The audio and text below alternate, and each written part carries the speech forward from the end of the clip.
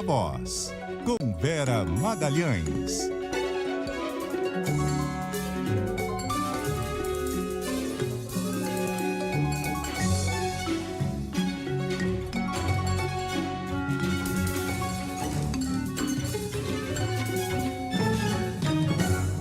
Olá, boa noite a todos. São 6h04. Está começando o Viva Voz, com muita informação, análise e bastidores das principais notícias ligadas à política e economia no Brasil e também no mundo. Boa noite, Carol. Oi, Vera, boa noite para você, de novo para os ouvintes. Semana aí de muita atividade no Congresso, né, Vera? Exatamente, já voltaram, o Senado já pautando vários projetos, a Câmara também discutindo aí a regulamentação da reforma tributária. A gente traz tudo isso aqui. Teve audiência também com o presidente do Banco Central, Roberto Campos Neto. A gente vai mostrar os principais pontos disso. E a Renata Agostini, no Ponto de Vista, vai falar sobre a maneira que o Ministério da Fazenda está encontrando para driblar as dificuldades de taxar aqueles que não pagam impostos. Então vamos já acionar Brasília, porque está no ar com a gente a Milena Teixeira, que vai nos trazer um resumo do que vem por aí nessa semana no Senado. Boa noite, Milena. Boa noite, Vera. Boa noite, Carol. Boa noite para os nossos ouvintes. Olha, Vera, o presidente do Senado, Rodrigo Pacheco, ele disse que os senadores estão aí imbuídos em concluir essa semana a votação de dois projetos importantes, o da dívida dos estados e a compensação para desonerar a folha de pagamento de 17 setores da economia e também dos municípios pequenos. A gente lembra, Vera, que o projeto da dívida dos estados é de autoria do próprio Pacheco, que inclusive se colocou aí à frente na discussão do texto com os governadores e também com o governo federal. Segundo ele, ainda há divergências sobre o projeto, mas todos entendem nesse momento que o problema da dívida precisa ser solucionado. Esse problema da dívida dos estados é o maior problema federativo do Brasil, que precisa ser solucionado, que é uma ilusão achar que IPCA mais 4% sobre esse estoque de dívida vai ser um dia pago, né? Não será. Então, há esse sentimento geral dos estados, do governo federal, do Ministério da Fazenda, do Senado Federal. Conversei com o presidente Arthur Lira, que também está muito sensível a essa questão. Então, eu acho que nós estamos encaminhando uma solução federativa. Óbvio que não há plenitude de satisfação para nenhum dos lados, porque há sempre algum tipo de pretensão resistida ou de pretensão não concretizada. Pois é, Vera. Agora, nesse momento, o relatório do projeto ainda não foi finalizado. Inclusive, o senador Davi Alcolumbre, que é relator dessa proposta, ele estava reunido há pouco com o Pacheco e com o líder do governo no Congresso, o Randolfo Rodrigues. Ele ainda deve falar com técnicos da Fazenda sobre essa proposta, finalizar aí esse texto, e a expectativa é que a proposta seja votada nesta quarta-feira, seja votada amanhã. Agora, sobre o projeto da desoneração, Pacheco afirmou ter encaminhado aí um bom acordo com o governo. A expectativa é que essa proposta também seja analisada amanhã, na quarta-feira. A gente lembra que havia um impasse sobre qual seria aí a fonte de compensação para desonerar a folha de pagamento dos 17 setores da economia e também dos municípios. Vera e Carol. Milena, e o presidente do Senado, Rodrigo Pacheco, também falou sobre essas emendas PIX e as restrições impostas pelo ministro Flávio Dino? Falou sim, viu, Vera? Ele disse que a solução para o impasse das emendas PIX deve partir do Congresso. Essa declaração, a gente lembra, aconteceu aí após a decisão do ministro do STF, Flávio Dino, de limitar os repasses dessas emendas. Segundo o Pacheco, o Senado está estudando uma proposta que possa garantir a transparência das emendas parlamentares na LDO, a Lei de Diretrizes Orçamentárias. Então nós estamos estudando uma apresentação de algum modelo que seja um modelo que possa garantir a participação parlamentar juntamente com o Executivo na definição orçamentária do Brasil, mas sempre primando pela qualidade do gasto público e primando pela transparência. Onde houver algum tipo de dúvida sobre a transparência, isso evidentemente precisa ser corrigido, e haverá toda a iniciativa e boa vontade de minha parte, como presidente do Congresso Nacional, de apresentar um modelo que seja um modelo que todos fiquem satisfeitos. O Executivo, que executa, o Legislativo, que vota a lei orçamentária e participa através das emendas parlamentares, e o conforto também para as instâncias como do Poder Judiciário, que também não podem ter dúvidas em relação à lisura desse processo e à transparência da destinação de recursos. A gente lembra, Vera, que as emendas PIX permitem aí que os parlamentares enviem recursos ao governo estadual ou a prefeituras sem esclarecer para onde esse montante vai no final, né? Ou seja, sem especificar aí o destino do dinheiro. Vera e Carol. Obrigada, Milena, pelas suas informações. É isso, Carol. O presidente do Senado é sempre mais polido, né, ao falar sobre essa situação e tal. Mas se ele acha que tem que ser elaborado um mecanismo que permita mais transparência, mais nitidez ao processo, por que não fez isso quando o Supremo Tribunal Federal, lá atrás, no final de 2022, declarou inconstitucional a tal emenda do relator, que era o que configurava o orçamento secreto, a RP9. Aí eles deram um jeito de passar aquela mesma quantidade de recursos para as emendas de comissão, ainda mantiveram as emendas PIX que tinham escapado ali do crivo da Rosa Weber, e agora, diante de uma nova admoestação do Supremo, é que eles veem, não, precisa encontrar alguma forma. Enquanto isso, nos bastidores, o que rola é uma pressão mesmo e até ameaças de retaliação ao Supremo e ao governo por conta desse freio que foi dado na semana passada pelo ministro Flávio Dino. E essas emendas PIX, pelo contrário, foram até infladas, né, Vera? Saíram de um orçamento ali de 600 milhões para mais de 7 bi em emendas PIX. E que, na prática, ninguém sabe quem destina, para onde vai, por que é utilizado. A fiscalização não passa pelo TCU, fica ali a cargo dos estados e dos municípios. Então, é uma imensa caixa preta e um volume imenso de dinheiro, né? Exatamente. Muita coisa, zero nitidez, zero transparência, zero possibilidade de controle, rastreabilidade. Então, eles estão na expectativa do que o Supremo vai fazer e começa o julgamento no fim dessa semana. Por enquanto, todas as palavras são ali meio cheias de dedo, como essas do Pacheco. Vamos ver o que está acontecendo lá do outro lado do Congresso, no Salão Verde, na Câmara. Quem traz as informações para a gente agora é a Samantha Klein. Boa noite, Samantha.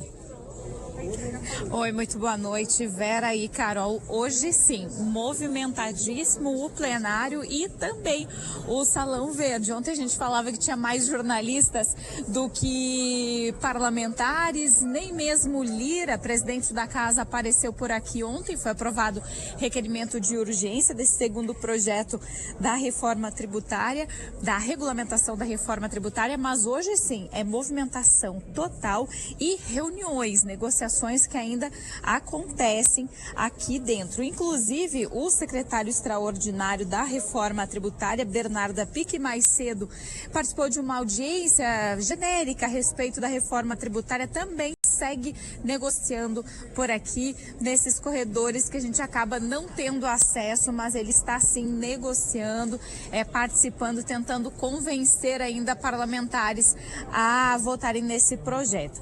Essa proposta, portanto, ela teve algumas alterações de última hora, Carol e Vera. O relator desse segundo projeto, o deputado Mauro Benevides, fez alterações para garantir a aprovação do texto. Vale lembrar que o texto cria o chamado Comitê Gestor do Imposto sobre Bens e Serviços para fiscalizar e distribuir o novo tributo, que vai substituir os atuais ICMS e também o Imposto sobre Serviços, mas prevê ainda a cobrança do ITCMD, que é o Imposto sobre Herança e Doações. E essa foi a discussão da quarta-feira inteira.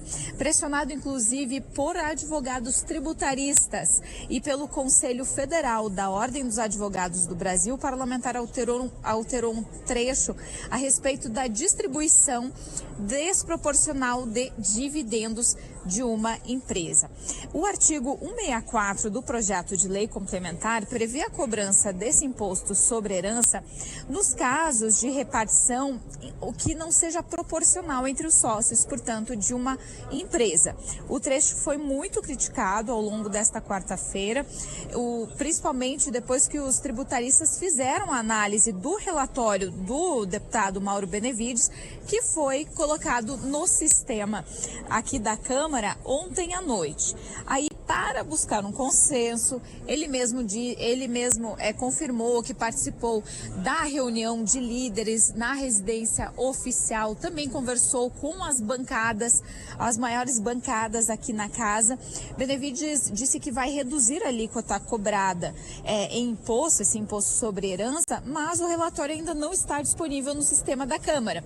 Ainda que o relator tenha feito ele tenha amenizado esse ponto do texto, Carol e Vera, o tema da cobrança do imposto vai ser um dos destaques, portanto, dessa votação, que deve começar por volta das 7 horas. Inclusive, Lira está na casa, mas ainda não está em plenário. E o próprio relator disse que está pronto para o debate, mas afirma que tem sim apoio para aprovar o texto ainda hoje. Essa, pelo menos, é a expectativa, não somente do relator, mas também do presidente da Câmara, que quer deixar como marca de sua presidência na Câmara a aprovação da reforma tributária. E só para a gente finalizar, Vera e Carol, é que ontem o requerimento de urgência para acelerar essa tramitação do texto, para que ele já possa ser votado hoje, teve ali a aprovação por 308 votos contra 142, ou seja, é a oposição em peso contra. No entanto, é uma margem ampla, já que, como é um texto complementar, precisava aí de 257 votos. Então, por isso que o relator tem essa possibilidade aí de realmente estar certo nas suas previsões de aprovar ainda hoje. Com vocês. Obrigada, Samantha. Então, a Câmara querendo realmente fazer um sprint no seu esforço concentrado, que mostra que o Arthur Lira, por enquanto, vai tocar o barco, vai tocar a pauta e não paralisou as votações em retaliação à questão das emendas. Eles estão esperando, estão conversando muito nos bastidores. Na semana passada, o ministro da Casa Civil, Rui Costa, esteve na residência oficial da presidência da Câmara, tratando desse assunto, negou que tenha havido qualquer digital do Planalto nessa decisão, mas a gente ainda vai ver mais desdobramentos desse caso. Eles estão se movendo com cautela, com ali bastante cuidado, para não explicitar demais o quanto eles ficaram irritados com isso, mas às vezes eles dão umas bandeiras, Carol. Já tá... Pois é, dão umas bandeiras hoje, foi assunto, né? Nas comissões da Câmara, com a participação do presidente do Banco Central. Exatamente, o Guilherme Muniz já está aqui no estúdio com a gente. Foi ele quem acompanhou ali uma audiência na qual o Roberto Campos Neto foi convocado para falar ali de temas gerais, de política monetária e da economia, e esse assunto acabou vindo à baila. Conta pra gente, Muniz, boa noite para você. Boa noite, Vera, Carol, mais uma vez, aos ouvintes. Veio à baila e Campos Neto evitou entrar muito nesse aspecto aí específico, mas os deputados aproveitaram então a audiência pública com o presidente do Banco Central para criticar a decisão do STF de exigir critérios mais rígidos, mais transparentes também para essas chamadas emendas PIX. Essa decisão do ministro Flávio Dino, que vocês já falaram aqui, pedindo ali critérios de publicidade, transparência e rastreamento das emendas. O presidente da Comissão de Finanças e Tributação da Câmara, deputado Mário Negromonte Júnior, foi um dos parlamentares ali que trataram isso de forma mais explícita, viu, Vera? Ele classificou a decisão do STF como uma interferência do judiciário no parlamento e destacou aí que o parlamento deve dar uma resposta. Vamos ouvir aí o que ele disse. Ao fazer isso, mostra mais uma vez que não está em sintonia com os problemas dos municípios do Brasil, que hoje essa emenda PIX serve basicamente para ajudar os municípios a fecharem as contas, a pagarem as prestações de serviços mínimas no final do mês. Então, é realmente algo lamentável ver a decisão do STF fazendo essa interferência, mas certamente, no dia de hoje ou no dia de amanhã, o parlamento dará a resposta à altura dessa decisão do STF.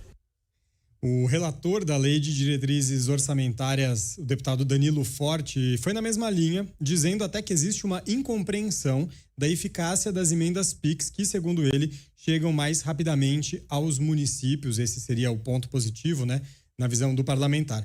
Como eu disse, né, Campos Neto evitou se manifestar sobre tudo isso, sobre as críticas às novas regras das emendas PIX, e voltou a dizer ali que o Comitê de Política Monetária, o Copom, pode subir a taxa de juros para combater pressões inflacionárias e fazer os ajustes necessários. Agora, a única explicação para esse tema ter surgido nessa audiência é o Pix, é isso? É o uso da palavra, porque não tem nada a ver com o cara. Nada a ver. O cara já tem um monte de BO, já tem um monte de boleto e de Pix para pagar por conta própria, né? Tá enrolado ali com o governo que vive pressionando ele e vão enfiar um tema que não tem nada a ver. Bom, sinal que os caras não estão escondendo, que estão muito mordidos com esse assunto, né? E essa explicação do deputado Mário Negromonte é surreal, né? Ajudar a fechar a conta no fim do mês, emenda não serve para isso, emenda tem que ser destinada para um fim específico e tem que ter prestação de conta, não é dinheiro para ajudar a fechar a conta, né, Carol? E qual o critério? Alguns municípios recebem essa ajudinha para fechar a conta e outros não, né? Porque nem todo mundo recebeu emenda Pix. Então, assim, o prefeito é meu amigo, tá com dificuldade de fechar a conta, vou mandar ali um Pix para ele, mas o outro não recebe. Assim, não tem menor embasamento na moralidade, na equidade, é tudo errado, né? Essa frase dele tem que ser pega e colocada na decisão do Flávio Dino e colocar um CQD, como queríamos demonstrar, porque, sinceramente, se o cara precisava produzir uma prova contra eles mesmos, ele tratou de fazer.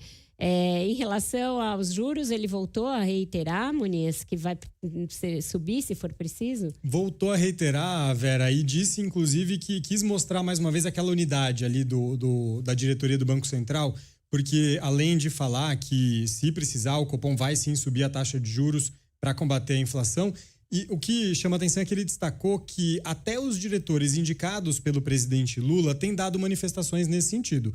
Lula, que já criticou muito o Campos Neto especificamente, né? Então agora Campos Neto mostrando que tem uma unidade na diretoria. Lembrando aqui que nos últimos dias, Gabriel Galípolo, diretor de política monetária do BC, que foi indicado ao cargo pelo presidente Lula, afirmou que toda a diretoria do BC está disposta a fazer o que for necessário para cumprir as metas de inflação e disse também recentemente que a alta de juros está na mesa do Copom. Lembrando que o Galípolo é o principal cotado também como futuro presidente do BC, quando Campos Neto deixar o cargo ainda esse ano. Então, se Campos Neto evitou falar das emendas PIX, fez questão de reforçar ali que a diretoria está fechada. Se precisar, tem aumento da Selic para conter a inflação. O time está unido, entendi. Obrigada, Muniz, Valeu. pelas suas informações. O Muniz volta daqui a pouco na terceira hora aqui do Ponto Final.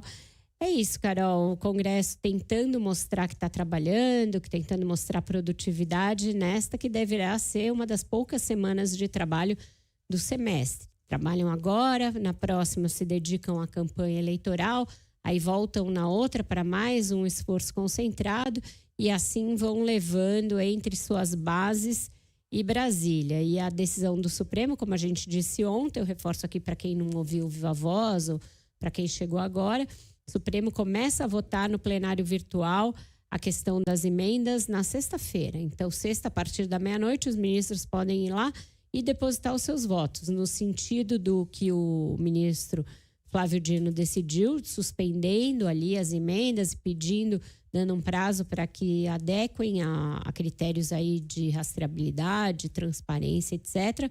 Ou no sentido contrário, liberando tudo, dizendo que não tem essa incongruência. O parecer do Procurador-Geral da República, Paulo Gonet, deverá entrar subsidiariamente para dar mais ali estofo para as ações, porque tinha uma discussão sobre a legitimidade da ABRAGE, que é a Associação Brasileira de Jornalismo Investigativo, que tinha sido quem tinha entrado com a representação no Supremo contra as emendas PIX. Então, agora fica uma coisa mais embasada, porque o PGR é, sim, uma parte legítima para fazer esse controle de constitucionalidade desse tipo de emenda.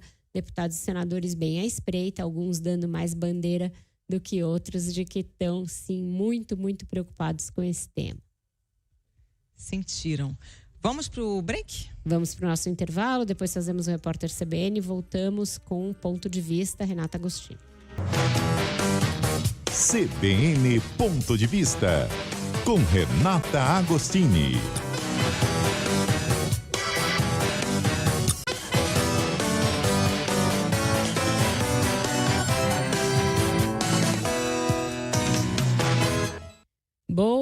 Boa noite, Renata Agostini, com a gente hoje só por áudio. Oi, Vera, boa noite para você, Carol, boa noite aos ouvintes. Renata, a Fazenda está dando um jeito de ali sem precisar passar nenhuma MP, nenhum projeto, cobrar aquilo que queria ter cobrado pela MP devolvida pelo Rodrigo Pacheco, é isso?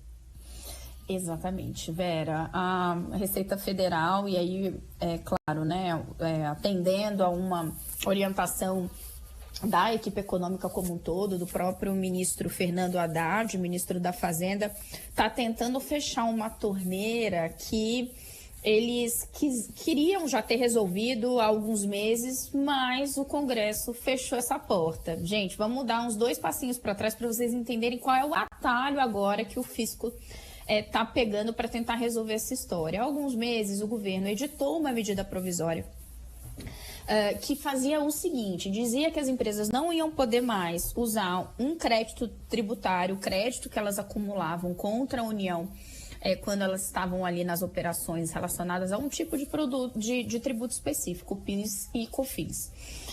Que as empresas não iam poder mais chegar e dizer, olha, eu tenho um crédito aqui por causa de PIS e COFINS, portanto eu vou usar esse crédito para pagar outros tributos, como, por exemplo, imposto de renda, né? Um exemplo. Mas as empresas utilizam esse expediente que se chama compensação cruzada para quitar uma série de tributos. Isso hoje é perfeitamente possível, é legal. Por que a equipe econômica foi atrás dessa história? Chegou e convenceu lá o governo, editou essa medida provisória para acabar com essa possibilidade. Porque, segundo o ministro da Fazenda, Fernando Haddad, a Receita Federal estava identificando um número crescente de fraudes quando as empresas iam recorrer a esse expediente, que, repito, era legal e continua sendo. Que fraudes? Para a gente entender onde que a equipe econômica estava mirando, fazer uma breve explicação. Esse é um sistema, gente, que ele é de autodeclaração. Então, eu sou uma empresa, chego e falo assim, oi, governo, tudo bem? Eu tenho um crédito aqui, né, desse tributo, portanto, de tanto, e eu vou usar uma parte aqui, 10% disso, então eu tenho 100 milhões, eu vou usar 10 milhões para pagar esse outro tributo. Ele vai lá e escreve tudo isso e quitado está. Depois que isso acontece, é que a Receita Federal vai lá checar o que o contribuinte declarou. E aí, o que o governo falou conforme a gente vai olhando essa história, a gente vai vendo que essas irregularidades, basicamente o que a equipe econômica diz é que muitas empresas estão indo lá e lançando valores que simplesmente não existem. Uhum. Segundo o ministro da Fazenda, Fernando Haddad, essa conta aí de irregularidades chegava a 25 bilhões. Claro que ninguém aqui nunca é a favor de deixar espaço aberto para fraude, mas é preciso que a gente entenda que essa operação lá atrás, da medida provisória e por aí vai, ela se insere num contexto em que a equipe econômica precisa ir atrás de novas fontes de receita, precisa aumentar a arrecadação, além do que está ali já contratado de algum crescimento econômico. Essa é a agenda do momento, essa é a necessidade do governo Lula e da equipe econômica para poder conseguir manter os ajustes das contas públicas de pé. E aí, gente, deu um estresse político danado, acho que vocês vão lembrar, os empresários reagiram, pressionaram o Congresso Nacional, o presidente do Congresso Nacional, Rodrigo Pacheco, devolveu parte dessa MP, causou um desconforto enorme, balançou, inclusive, ali parte da confiança, né, dos agentes e até muita gente de Brasília olhando se Haddad estava com a mesma força do que ele parecia ter antes, porque era uma medida bastante gravosa por parte do Congresso Nacional. E aí, meninas, para devolver e para os nossos ouvintes entenderem a história em que ponto estamos, é que eles, basicamente, Haddad e seu time não desistiram. Então, tudo bem, Congresso, vocês não querem que eu vá por esse lado? Então a gente vai negociar aqui outras formas de arrecadação. Mas enquanto isso, eu vou sim atrás de quem eu já estou dizendo aqui que tem irregularidade. E é aí que eles estão fazendo o tal do mutirão.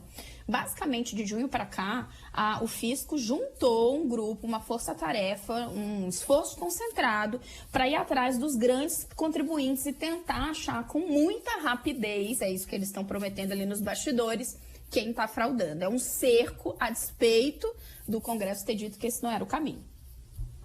Ô, Renata, a gente está falando de uma sangria de quanto? Qual a expectativa do governo com esse mutirão aí? Pois é, esses números são interessantes porque a gente parte sempre de projeção. Lembra que na última semana a gente estava falando ali de como o governo fez algumas contas, como o CARF a conta não estava batendo, né? Porque tudo ali é projeção que se faz. O ministro Fernando Haddad falou que você tinha ali fraudes que chegavam a 25 bilhões de reais. Se essa conta for essa mesma, além de ser bastante problemático, né, porque a gente tem ali grandes empresas fraudando grandes somas, você teria um caminho muito próspero para a equipe econômica conseguir chegar aos seus objetivos, porque 25 bilhões na realidade de hoje é muito dinheiro. Agora, não se sabe, porque o CARF também, ele estava imaginando ele quase 50 bi, e esse dinheiro ainda não se materializou. Não é que eventualmente não venha, mas ainda o governo não conseguiu ver esse dinheiro chegando. Então, eles estão atrás, mas assim, para a gente ter um norte, eles estão atrás desses 25 bilhões, e aí eu acho muito interessante essa parte quando eu fui apurar essa história, porque a provocação começou eu tentando entender ali os reflexos políticos, né? E uma fonte muito próxima ao ministro Fernando Haddad falou, olha, mas esse problema está dado e eu acho que até vai ser pior, porque se não tiver um caminho legislativo, a Receita vai atrás. Mas quando eu fui entender no detalhe, é importante a gente ver que existe uma mudança de comportamento muito significativa por parte da Receita Federal nos últimos anos, mas poucos anos, né? A Receita está tentando sair de uma lógica que eles falam que é punitiva. Então, vem cá, descobri, Vera, Carol estão aqui fazendo um negócio que não deveria, ou declarando que não deveria, eu vou lá, autuo, multo, e depois a gente vai discutir. Para o que eles chamam de um processo de autorregularização. Então, a Receita vai e avisa. Vera, SA, né? Carol, SA, vocês estão fazendo aqui, estão declarando mais do que créditos que não existem, ou você não cumpriu com essa obrigação, você tem tanto tempo para se regularizar. Nesse caminho, é o que eles imaginam que eles vão fazer nesse caso do PIS/COFINS, e nesse caminho eles dizem que nesse ano de 2024, aí fontes lá da Receita Federal, que eles já conseguiram trazer 22 bilhões de reais em iniciativas de autorregularização. E aí é um jogo, gente, para amarrar aqui, para todo mundo entender como é que o governo está se equilibrando nisso, é um jogo mesmo de gato e rato, porque nesse caso do PIS/COFINS, o que as fontes da equipe econômica dizem é que, achei muito interessante a expressão que eles usaram, começou a brotar do chão crédito. Então, assim, quando eles sinalizaram que ele ia atrás disso, eles começaram a ver que estava subindo o percentual de empresas declarando créditos de outras fontes. Então, é um jogo mesmo em que o fisco está tentando fechar esses espaços para algum tipo de malandragem das empresas que agem de má fé e tentando ver se, para as empresas que estão agindo em boa fé, eles criam esse caminho mais colaborativo para que elas consigam acertar sua situação com o fisco. Agora fica uma situação meio engraçada, porque antes você precisava de uma MP para fazer algo que você pode fazer com o trabalho regular da Receita, que é esse mesmo, fiscalizar onde há espaço para elisão fiscal. E nas outras coisas em que se cobra do governo cortes ali de gastos, eles falam que vão fazer isso. Vão fazer um mutirão, vão fazer uma força-tarefa, vão fazer uma peneira. Por exemplo, nos gastos com o BPC, com os gastos previdenciários. Está faltando aí ao governo entender onde ele precisa justamente apertar os parafusos e ser mais vigilante, tanto para gastar menos quanto para arrecadar mais, Renata? Eu acho, olhando essa história, só fazendo uma diferenciação aqui, eu já falo do pente fino maior, né? Mas nesse caso específico, eu acho que o que a Receita está tentando fazer agora, você tem toda a razão quando você fala, não é o que tem que fazer, é o que tem que fazer, tem que fiscalizar. Eles queriam, na verdade, um atalho lá atrás. E aí, de certa forma, fica, para mim, pelo menos, fica mais evidente que os empresários tinham razão para reclamar. Entendi. Porque uma coisa é você pegar quem está usando um mecanismo de forma irregular. e dizendo que tem mais crédito do que tinha. Uma coisa é você dizer que ninguém mais vai poder fazer. Então, a equipe econômica queria um atalho. Tá tendo muita fraude aqui, eu preciso de uma compensação. Porque toda essa discussão é em torno da prorrogação da desoneração da folha de pagamento. Que a equipe econômica falou, beleza, vocês querem prorrogar? Então a gente tem que tirar de outro lugar. Tá tendo muita fraude aqui nesse PIS/COFINS, vamos acabar logo com isso. A lógica ali da equipe econômica é dizer que, a gente até coloquei na matéria que eu publiquei hoje no Globo com a minha colega Thaís Barcelos, a gente usou esse exemplo, né, que é uma fonte coloca. Olha, é como se você tivesse um voucher de um parque. Você vai num parque, você ganha um voucher porque você comprou esse ingresso para poder ter desconto em produtos lá dentro ou numa alimentação. Você não pode usar esse voucher em outro parque, né? Querendo dizer o seguinte, se é PIS/COFINS, o crédito é de PIS/COFINS. Você não vai pegar essa moeda aqui para usar em qualquer coisa do governo que você tenha dívida. Essa é a argumentação deles, mas veja que depois no passo seguinte, o que eles dizem não, a gente tem como ir atrás de quem está fazendo essa coisa irregular e ir atrás desses 25 bilhões. Então, os empresários tinham toda a razão em eventualmente reclamar. O que eu acho, Vera, quando a gente vê essa estratégia do governo de dizer que a solução é o pente fino, eu acho sim que é preciso olhar mais no detalhe, porque essa é uma maneira de camuflar a insistência do governo em não lidar de uma forma mais estrutural com o aumento de gasto público. Então é algo que a Haddad conseguiu arrancar ali de Lula meio a fórceps, agora recentemente um compromisso de gastos, né, na ordem de 25 bilhões por ano que vem, o que é importante, o que ajudou a dar uma camada no mercado, mas todo mundo fica o tempo inteiro desconfiado porque essa é uma agenda, essa aliás não é uma agenda que está no radar ou nas prioridades de Lula e de seus auxiliares. Sim. Super obrigada, Renata, pelas reflexões de hoje. A gente vai continuar acompanhando, porque essa é a tensão permanente desse governo. O gasto de um lado, receita de outro, e o Haddad meio como um equilibrista ali no meio. Até semana que vem. Não, mentira, até quinta-feira. Até quinta! Não vai se livrar de mim assim tão facilmente. Beijo, meninas. Beijo aos ouvintes. Beijo, tchau. E a gente continua na seara da economia, Carol. Tá com a gente o Leonardo Rezende, direto do Rio, porque o BNDES fez um balanço aí e ele traz esses dados pra gente. Boa noite, Leonardo.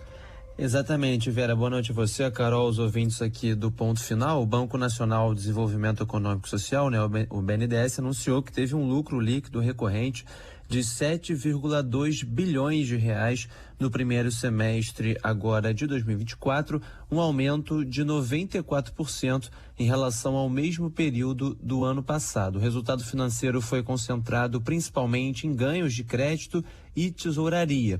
Já o resultado operacional apontou que as aprovações de crédito no primeiro semestre de 2024 superaram as marcas dos últimos 6 anos, somando aí mais de 66 bilhões de reais, um aumento de 83% em relação também ao mesmo período de 2023. A carteira de crédito superou os 530 bilhões, sendo a maior dos últimos 6 anos. Com o resultado, o presidente do BNDES, Aloysio Mercadante, afirmou que a expectativa é de que o banco transfira ao Tesouro Nacional 24 bilhões e meio de reais, sendo 15 deles apenas em dividendos. Ele pontuou que o valor pode ser até maior e que a intenção é contribuir com, abre aspas, o esforço do Ministério da Fazenda de equilibrar as contas do governo. Vamos ouvir. Nós fizemos tudo isso que nós estamos dizendo aqui com a segunda maior taxa de juros real do planeta. Então nós precisamos baixar esses juros e nós vamos dar uma grande contribuição fiscal ao esforço do Ministério da Fazenda. Vai ser mais do que nós estamos anunciando hoje. São 21 bilhões de reais se a gente contar antecipação de pagamento exigidos pelo TCU, que não entra no primário, mas impostos e dividendos. Aqui estão 15 bilhões, nós vamos além disso. Entre os projetos atendidos pelo Banco, Mercadante destacou o apoio ao Rio Grande do Sul, que já mobilizou mais de 9 bilhões e meio de reais para mitigar, os estragos provocados pelas enchentes que atingiram o estado entre abril e maio. O presidente do BNDES também aproveitou para cobrar do governador gaúcho Eduardo Leite maior reconhecimento pelo trabalho do banco nesse fomento, Na última quinta-feira, Leite havia criticado o governo federal em um evento em Porto Alegre. O volume total de aprovações do BNDES cresceu expressivamente em todos os recortes setoriais, com destaque para o aumento nas aprovações de infraestrutura e também na indústria, seguidos aí de comércio e serviços e agropecuária. Vera. Obrigada pelas suas informações, Leonardo. Sempre que o Mercadante faz esses balanços, Carol, e fala ali em termos grandiosos sobre o BNDES, me dá a impressão de que ele quer fazer um contraponto à gestão do próprio Haddad, se mostrando ali capaz de endereçar os principais assuntos, e agora até o equilíbrio fiscal ele está dando exemplo ali de como se faz. Diz que vai repassar mais de 21 bilhões de reais ao Tesouro Nacional, né? Fazendo a parte dele no esforço fiscal, Vera. Exato, estou aqui te dando essa colher de chá, Fernanda Haddad, agradeço. Melhore. É isso, melhore. A gente vai para o nosso segundo intervalo, volta já com a conclusão do Viva Voz e a parte eleitoral aí, não sai daí. CBN, eleições 2024.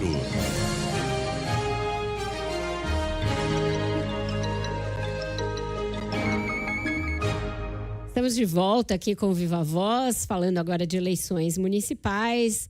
A corrida aqui em São Paulo vai esquentando e já tem candidato indo à justiça pedindo a impugnação de outros. Daniel, como é que foi isso? A Tabata foi à justiça eleitoral, é isso? É isso, o diretório municipal do PSB em São Paulo, da candidatura, da candidata Tabata Amaral, entrou com ação na Justiça Eleitoral pedindo a impugnação da candidatura do influenciador Pablo Marçal do PRTB.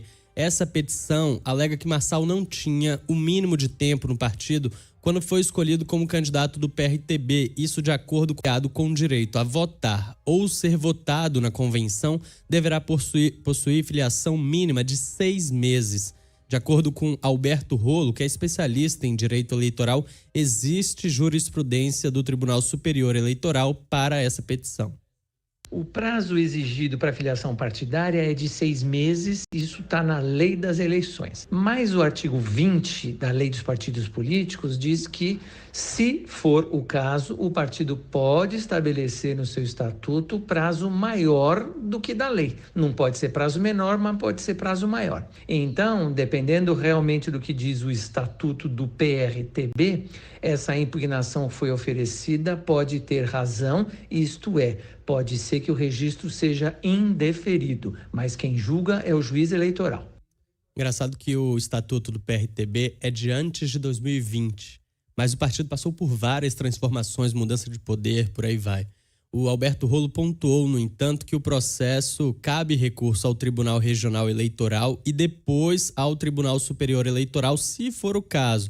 Enquanto isso, Marçal pode ser candidato normalmente. A CBN entrou em contato com a candidatura de Pablo Marçal, que não se pronunciou sobre essa ação. Ainda sobre o candidato do PRTB, o TRE determinou pela segunda vez a derrubada de vídeos publicados nas redes sociais de Marçal, em que ele associa, sem apresentar qualquer tipo de prova, o candidato do PSOL Guilherme Boulos ao uso de cocaína. O juiz Rodrigo Marzola Colombini afirmou na decisão que os vídeos veiculados por Marçal possuíam conteúdo unicamente difamatório a Boulos, sem qualquer relevância político-eleitoral e não possuem qualquer comprovação. O TRE analisa ainda o pedido de resposta de Boulos pelo dobro do tempo dos vídeos originais. Vera. Obrigada, Daniel, pelas suas informações. É isso, o pessoal das campanhas achando que tem pouca chance de prosperar essa impugnação, justamente pelo fato de que a lei eleitoral se sobrepõe ao estatuto de um partido e que, portanto, a justiça não deverá acatar, Carol, que é muito tênue essa alegação, mas mostra aí preocupação que as candidaturas começam a ter com o Pablo Marçal e o crescimento que ele está apresentando em pesquisas. De volta nesse finzinho do Viva Voz a Brasília, porque a Milena Teixeira está de volta com novas informações referentes à Venezuela. Boa noite, Milena. Boa noite, Vera. Vera, o presidente Lula recebeu o telefonema do primeiro-ministro do Canadá, Justin Trudeau. O canadense elogiou aí a postura do governo brasileiro em relação às eleições da Venezuela, que a gente lembra, vive uma crise política desde quando o governo de lá anunciou aí Nicolás Maduro como reeleito. As eleições são contestadas por parte da comunidade internacional e também pela oposição ao atual presidente. Segundo o Palácio do Planalto, o primeiro-ministro reforçou o apoio canadense às ações do Brasil em defesa da democracia e da transparência do processo eleitoral na Venezuela.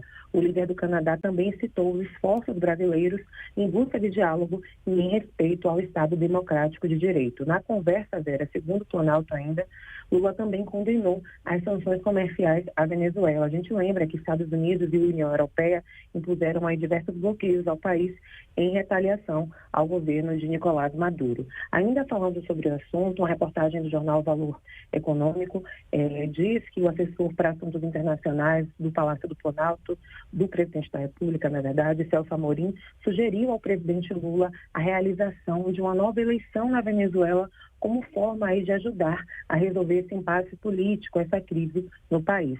Ao Valor, Amorim disse que essa ideia ainda é embrionária e que não foi sequer discutida com Colômbia e México. A gente lembra que esses países, junto aí ao Brasil, têm buscado uma abertura de diálogo entre o candidato da oposição, Edmundo González, e o presidente Nicolás Maduro. Eles têm buscado aí diálogo, eles têm sido intermediadores no meio desse conflito. Vera. Obrigada, Milena. Faltou combinar com os venezuelanos, não é isso, Carol? Pois é, faltou combinar com os venezuelanos. Acho que é o tipo da ideia que não tem a menor chance de prosperar, né? Talvez seja uma saída ali diplomática, o Brasil dizer que está propondo uma nova eleição, uma espécie de segundo turno, já que aquela primeira demanda das atas realmente foi por água abaixo, até hoje não apareceram. Pode ficar aí como um jogo de cena, mas na prática é difícil imaginar que o Maduro vai concordar com isso, né, Vera? Exatamente. Olha, Maduro, eu tive aqui uma ideia, vê o que você acha. Que tal a gente considerar que vai ter uma espécie de um segundo turno e você e o Edmundo González vão disputar de novo? Ele fala, deixa eu pensar aqui, acho que não. Acho que eu vou continuar presidente mesmo aqui, como eu já tô, e tá tudo certo. E o segundo turno nas mesmas condições, né? Vão fazer de novo a eleição do mesmo jeito, né? Enfim, não sei se serviria para muita coisa, né? Não, parece uma daquelas ideias que só quem tem a ideia acha que pode ser boa. Fechamos por hoje, Carol. Até amanhã. Cadê seu cachecol? Você falou que estava de cachecol, mas... Tô com uma Sharp, na verdade. Não chega a ser bem um cachecol, é mais fininho. Mas tô com uma Sharp, uma blusa de manga comprida aqui por baixo e um casaco, esse couro fake aqui para aguentar o frio do Rio de Janeiro. Não, a gente aqui tá encapotadíssimo também. De manhã eu parecia um boneco de neve. Mas quem assim. riu? Eu ouvi uma gargalhada aí no fundo quando eu falei do frio do Rio de Janeiro. Vocês respeitem o frio do Carioca, gente. Que a Guilherme Muniz já tá aqui do lado. Tá fazendo chacota com o frio do Rio de Janeiro. Eu ouvi daqui, gente. Eu jamais faria isso, Carol. Vocês se acertem agora que eu tô saindo. A hora 3 vai começar já com esse clima. Clima frio lá fora e clima quente aqui no estúdio. Mas tudo bem. Beijo, Tchau, Vera, gente. Até amanhã. Tchau, tchau.